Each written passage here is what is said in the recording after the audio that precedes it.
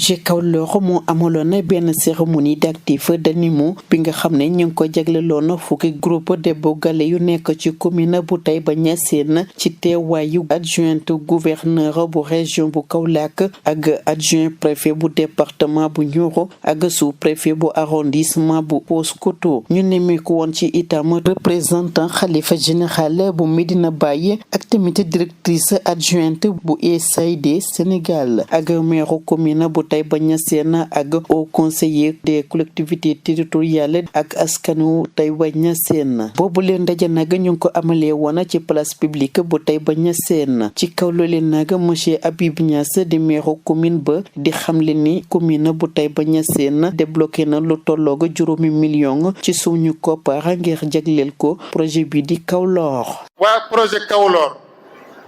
biñ ñëwee nañu defal ñu proposition ne dañoo bëgg a yëngatu ci affaire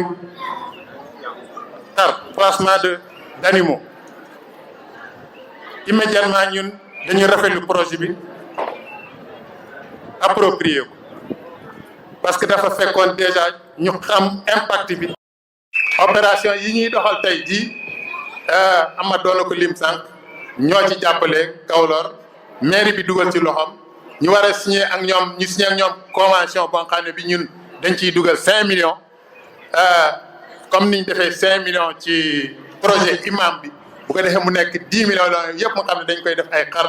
mu yaatu ci biir njaboot. ci kaw loolee Karl Rosenberg di directeur Feed the Future Kawlor di dellusi waat ci nu mu gën a yaatoo ci bile projet. Le projet général de Kawlor est à côté d'une scène de communauté cliente du projet, la production, la commercialisation et la consommation des aliments diversifiés, sains et nutritifs.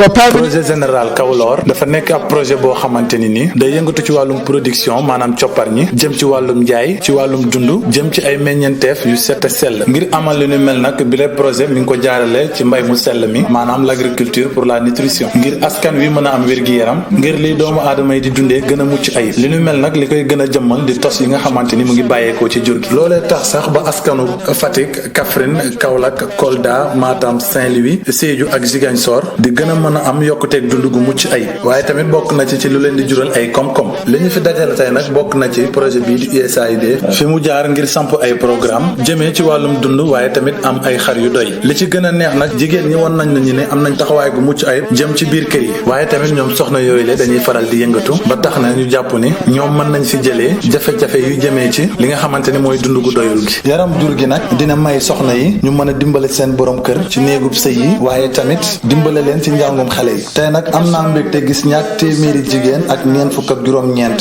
daal di jëriñoo jur gi. Nous sommes ravis aujourd'hui de voir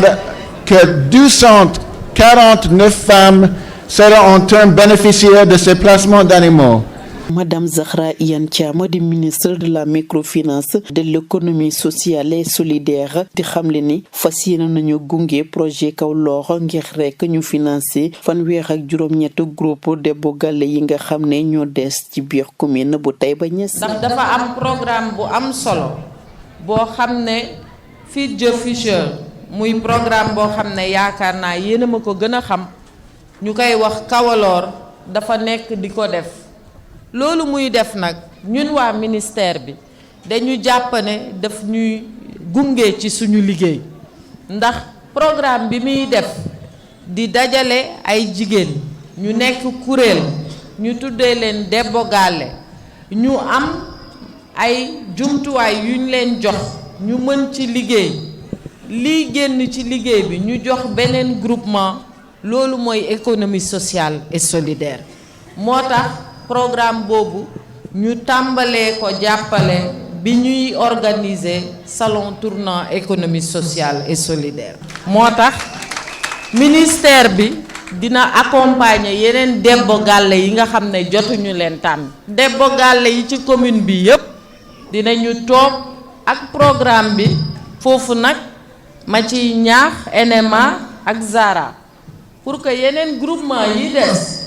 parce que nee nañu 48 Debbo Galle moo fi am 10 la ñu sélectionné kon des na 38 ñun ministère bi dinañ teg mise au départ pour fanweer ak juróom-ñett yooyu ñu am li yeneen Debbo Galley am. boobule cérémonie d'actif d'animaux ñu ngi ko amuloon nag ci ay anam yu mucc ayib foofii ci commune bu Taïba Niassène.